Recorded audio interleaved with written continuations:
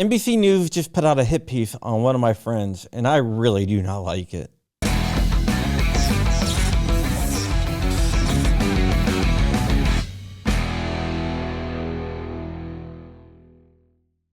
Welcome back to the channel, Wolverines, and happy Friday. It is me, the intrepid journalist, John Crump, and we're going to be talking about journalism today.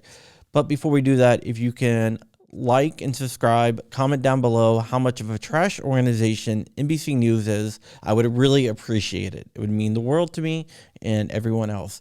Today's story deals with JSD Supply and NBC News. Last night, NBC News did a hit piece on JSD Supply because they sell a lot of 80% frames. And NBC News does not like that because they are anti-gun as hell. And the reporter that did this story is also anti-gun as hell. And they get all their stories from places like Brady and Giffords and everything else. Pulling back the curtain, these stories are pitched to them by anti-gun people. This one happens to be pitched to them by Josh Shapiro. I would almost bet on that. I'm not sure 100% on that, but I would bet on that. Okay, so let's talk about how they attacked JSD. They showed up at Eagle shows, which JSD Supply owns.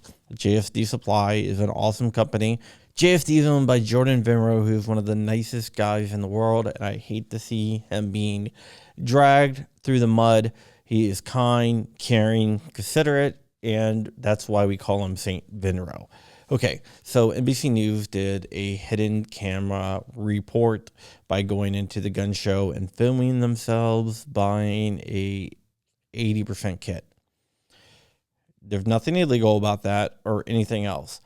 What they did was they ambushed Jordan Vinroe on the outside in what's called an ambush interview. It's when you show up and you interview someone who is not prepared with loaded questions. And that's exactly what they did. Not only did they do that, but they also selectively edited his answers to make him look bad. Let's take a look at what it looked like on the news. Handing over those kits just for cash, that is by the books. Yeah, it's like buying a lawn chair at Walmart. You can buy a lawn chair in cash. Plus, these kits and the guns they turn into are harder to track because most don't have serial numbers. Now let's take a look at what Jordan actually said. We follow all of the laws that there are, so if they don't... Because you're following the laws right now. Yeah, 100%. Handing over those kits just for cash, that is by the books. Yeah, it's like buying a lawn chair at Walmart. Buy a lawn chair in cash. It's not a firearm. It's parts. You buy any... Really, essentially, it's easier to buy a lawn chair at Lowe's. That right there is selective editing. It tries to make him look bad, tries to make him look like he doesn't care about people, and that's the whole entire point, is to try to demonize Jordan. They also talk about how he was banned from Eagle Arms shows, and now he bought Eagle shows and he's back, which honestly I believe is a total Chad move. You can disagree with me, but I'm pretty sure it was a total Chad move. They also talk to Josh Shapiro. Josh Shapiro is the anti-gun attorney general for Pennsylvania. He's been going after 80% frames and receivers for a long time, and he's running for governor, and he's trying to win the support of the anti-gun groups by being hard on guns so he can get their sweet, sweet money for his gubernatorial run in Pennsylvania. They also commit a felony. You cannot have someone build a 80% kit for you. So far, the government has said that is a felony. Do I believe it should be a felony? Hell no, I don't believe it should be a felony.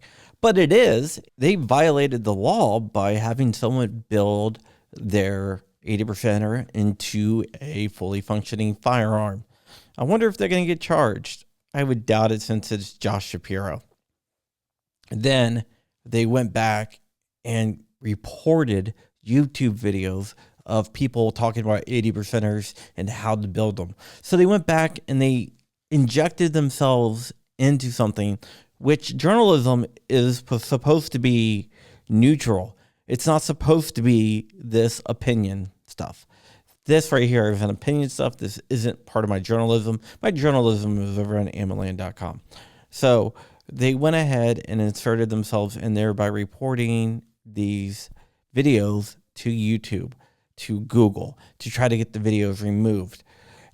The exchange between the reporter and the anchor person is amazing. You can just see their bias seeping out, and it's just crazy.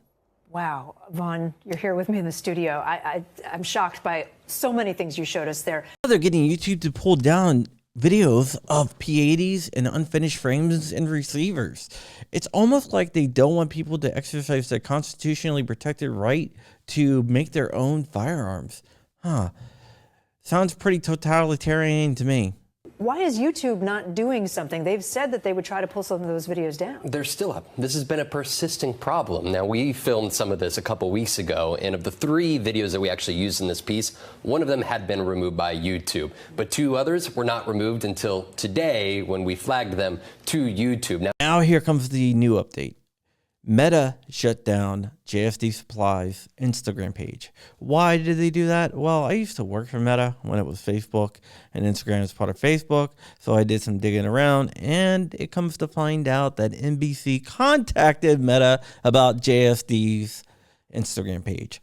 So NBC is actively battling JSD, which means they're actively battling me, which means they're actively battling you. But we've already known that for years. So go to NBC's Facebook pages, their YouTube pages, their Instagram pages, and let them know what a trash organization that their news outfit is. Because they are trash.